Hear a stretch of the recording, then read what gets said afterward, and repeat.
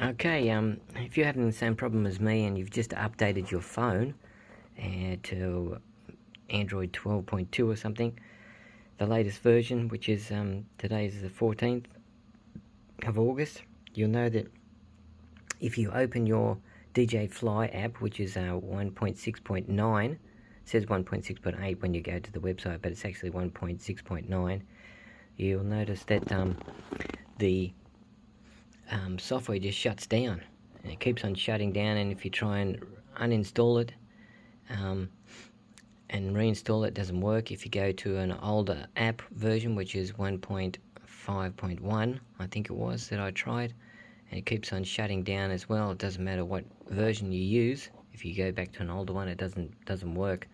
But there is a version, if you go to the .com site, there'll be a version which is 1.6.8, but that one will be just the 1.6.9.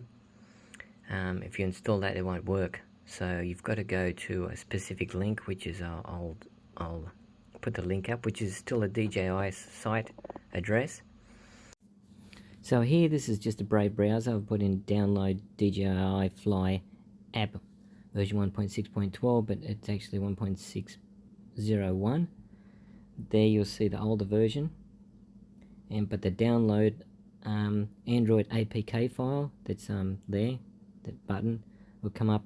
Now you'll see here is version 1.6.10. So just download that version. And once you do install it, you'll find that it won't crash, and you'll be able to fly your drone simply. So hope this has been pretty helpful for you.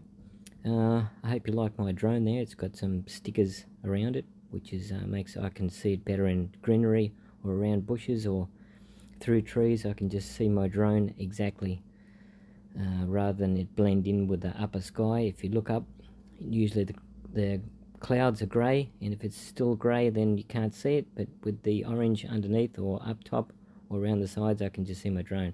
So I hope this has been helpful. See you later.